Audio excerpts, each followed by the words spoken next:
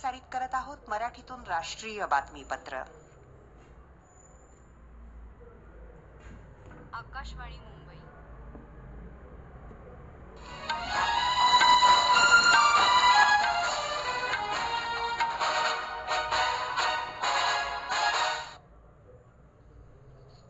प्रज्ञा तळेगावकर राष्ट्रीय बातम्या देत आहे।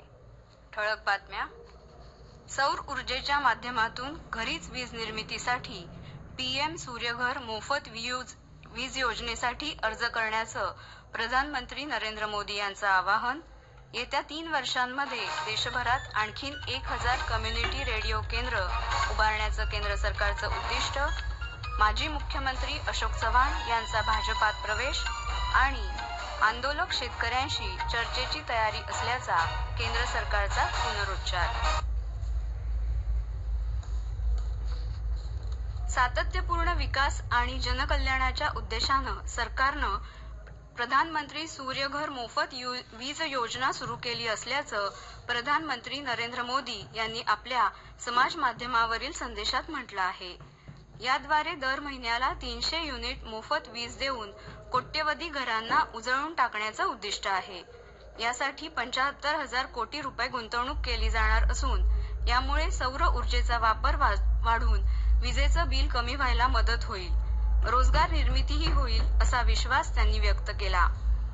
नागरिकांनी विशेषतः युवकांनी pmsuryaghar.gov.in या संकेतस्थळावर पीएम सूर्यघर मोफत वीज योजनेसाठी अर्ज करावेत असं आवाहन प्रधानमंत्र्यांनी केलं। प्रधानमंत्री नरेंद्र मोदी आज संयुक्त अरब अमिरातीचे राष्ट्राध्यक्ष शेख मोहम्मद बिन झायेद अल नाहयान यांच्याशी द्विपक्षीय चर्चा केली।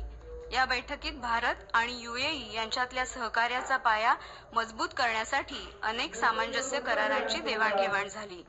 दोन्ही नेत्यांमध्ये झालेल्या बैठकीत द्विपक्षीय भागीदारीचा आढावा, व्यापार आणि गुंतवणूक, डिजिटल पायाभूत सुविधा, फिनटेक, ऊर्जा, पायाभूत सुविधा, संस्कृती आणि दोन्ही देशांच्या नागरिकांमधला परस्पर संवाद यासह विविध क्षेत्रात सहकार्याचे नवीन मार्ग शोधण्याची चर्चा झाली।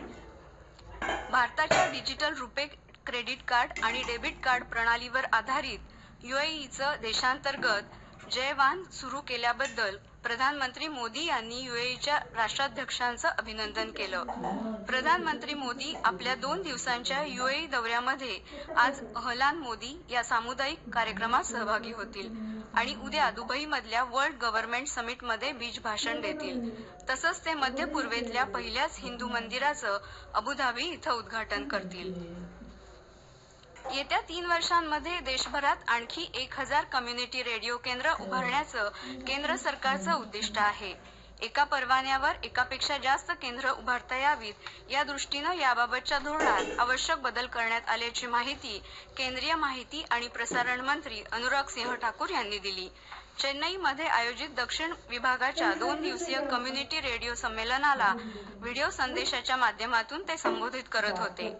कम्युनिटी रेडिओ केंद्रांनी सरकारी माहिती जास्तीत जास्त लोकांपर्यंत पोहोचवून देशाला विकसित भारत बनवण्यामध्ये हातभार लावावा असं आवाहन त्यांनी केलं। केंद्र सरकारनं 2014 पासून कम्युनिटी रेडिओ केंद्रांना प्रोत्साहन देण्याचा निर्णय घेतला असून त्यासाठी प्रत्येकी 7.5 लाख रुपयांची मदत आणि अतिरिक्त निधी देण्याचा निर्णय घेतल्याचं त्यांनी म्हटलं आहे। माजी मुख्यमंत्री अशोक चव्हाण यांनी आज भाजपमध्ये प्रवेश केला। मुंबईच्या भाजपा मुख्यालयात उपमुख्यमंत्री देवेंद्र फडणवीस आणि प्रदेशाध्यक्ष चंद्रशेखर बावनकुळे यांनी चव्हाण यांचं पक्षात स्वागत केलं। चव्हाण यांनी कालच काँग्रेस पक्षाच्या प्राथमिक सदस्यत्वाचा राजीनामा दिला होता। भाजपा प्रवेशावेळी कोणतीही मागणी केलेली नाही आणि दिली ती जबाबदारी स्वीकारू असंही ते म्हणाले। काँग्रेसच्या कोणत्याही आमदाराला किंवा सदस्याला भाजपमध्ये येण्यासाठी आग्रह केला नाही असंही चव्हाण यांनी स्पष्ट केलं। अशोक चव्हाण यांच्या प्रवेशानं भाजप आणि महायुतीची शक्ती वाढली असल्याचं उपमुख्यमंत्री देवेंद्र फडणवीस यांनी यावेळी सांगितलं। अशोक चव्हाण यांना राज्यसभा उमेदवारी देण्याच्या संदर्भात केंद्रीय नेतृत्व निर्णय घेईल असंही फडणवीस म्हणाले। माजी उपमुख्यमंत्री अशोक चव्हाण, माजी मुख्यमंत्री अशोक चव्हाण यांनी पक्ष सोडताना काहीही कारण दिलं नाही. तपास यंत्रणांचा दबाव होता की काँग्रेसमध्ये अन्याय झाला याबाबत त्यांनी स्पष्ट सांगायला हवं होतं, अशी अपेक्षा काँग्रेसचे महाराष्ट्राचे प्रभारी रमेश चेन्नीथला यांनी व्यक्त केली आहे. मुंबईत आज ते पत्रकार परिषदेत बोलत होते. चव्हाण यांच्या पक्षांतरामुळे महाविकास आघाडी कमजोर होणार नाही. शरद पवार आणि उद्धव ठाकरे या नेत्यांबरोबर आपली चर्चा झाली असून लवकरच जागा वाटप जाहीर होईल, असंही चेन्नीथला यांनी सांगितलं. अजूनही वेळ गेलेली नाही. अशोक चव्हाण यांनी त्यांच्या निर्णयाचा फेरविचार करावा, असं आवाहन प्रदेशाध्यक्ष नाना पटोले यांनी केलं. अजित पवार यांच्या नेतृत्वाखालचा पक्षच राष्ट्रवादी काँग्रेस असून त्याला घड्याळ हे पक्षचिन्ह बहाल करण्याच्या निवडणूक आयोगाच्या निर्णयाला राष्ट्रवादी काँग्रेस पार्टी शरदचंद्र पवार पक्षाने सर्वोच्च न्यायालयात आव्हान दिलं आहे. दरम्यान अजित पवार गटाने या प्रकरणी सर्वोच्च न्यायालयात यापूर्वीच कॅव्हिएट दाखल केली आहे. या राष्ट्रीय बातम्या आकाशवाणीच्या मुंबई केंद्रावरून देत आहोत. आंदोलक शेतकऱ्यांशी चर्चेची तयारी असल्याचा पुनरुच्चार केंद्र सरकारनं आज केला आहे. सर्व पिकांसाठी आधारभूत किंमत लागू करण्याचा कायदा घाईघाईत आणता येणार नसल्याचं केंद्रीय कृषी मंत्री अर्जुन मुंडा यांनी स्पष्ट केलं. शेतकऱ्यांची या संदर्भातली मागणी, त्याचे फायदे तोटे बघावे लागतील आणि सर्वांचं हित विचारात घेऊन या संदर्भात घोषणा होईल, असं ते म्हणाले. शेतकऱ्यांचं हित जपण्यासाठी सरकार कटिबद्ध असल्याचंही त्यांनी सांगितलं. शेतकरी दररोज नवनवीन मागण्या पुढे आणत असल्यानं चर्चा यशस्वी होत नसल्याचं केंद्रीय माहिती आणि प्रसारण मंत्री अनुराग ठाकूर म्हणाले. हिंसाचारातून मार्ग निघणार नसून शांतता कायम राहिली तरच पर्याय निघेल, असं ते म्हणाले. हरियाणामध्ये अंबाला जिल्ह्यातल्या संभू सीमेवर पोलिसांनी शेतकऱ्यांवर अश्रुधुराचा मारा केला. या ठिकाणी शेतकऱ्यांनी पोलिसांवर दगडफेक केल्याचं वृत्त आहे. कैथल जिल्ह्यातल्या खानोरी सीमेजवळ बॅरिकेड्स तोडण्याचा प्रयत्न झाला, त्यामुळे पोलिसांना लाठीमार करावा लागला. राजस्थानमध्ये काही जिल्ह्यांमध्ये इंटरनेट सेवा बंद केली आहे. पंजाब हरियाणा लागून असलेल्या सीमा बंद केल्या आहेत. श्री गंगानगर जिल्ह्यातून पंजाब आणि हरियाणात जाणारी बस सेवाही बंद केली आहे. दिल्लीमध्ये शेतकऱ्यांचा प्रवेश रोखण्यासाठी उभारलेल्या अडथळ्यांप्रकरणी पंजाब हरियाणा उच्च न्यायालयानं केंद्र तसंच पंजाब हरियाणा आणि दिल्ली सरकारला नोटीस बजावली आहे. या प्रकरणी गुरुवारी पुढची सुनावणी होणार आहे. केंद्र सरकारच्या विविध योजना सर्वसामान्य नागरिकांपर्यंत पोहोचवण्यासाठी निघालेल्या विकसित भारत संकल्प यात्रेचा दुसरा टप्पा राज्यात सुरू आहे. जालना जिल्ह्यातल्या प्रिया जोशी यांनी सूक्ष्म अन्न प्रक्रिया उद्योगाला झालेल्या केंद्र सरकारी योजनेच्या लाभाविषयी आकाशवाणीला सांगितलं.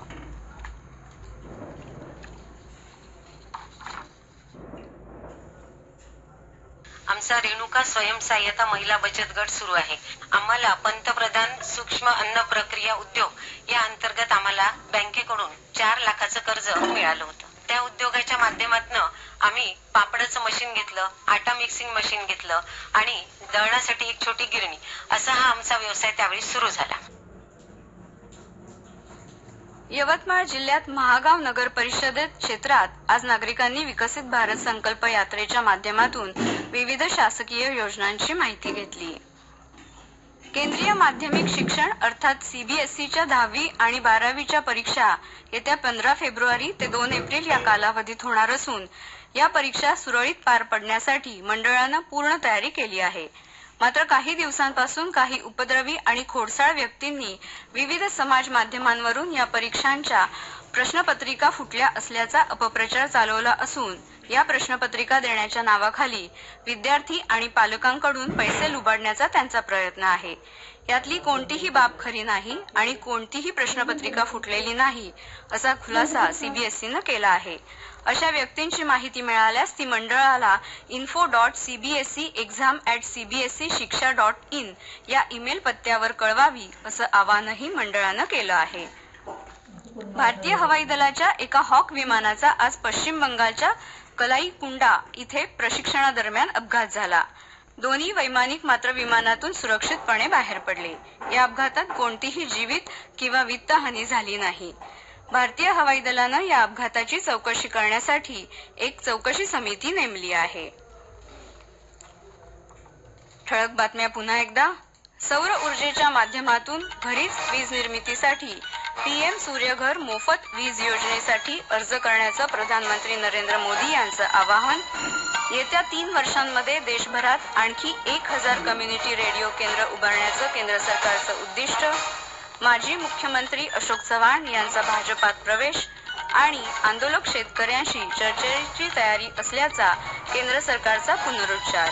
याबरोबरच आकाशवाणी मुंबई केंद्रावरचं हे राष्ट्रीय बातमीपत्र संपलं. नमस्कार.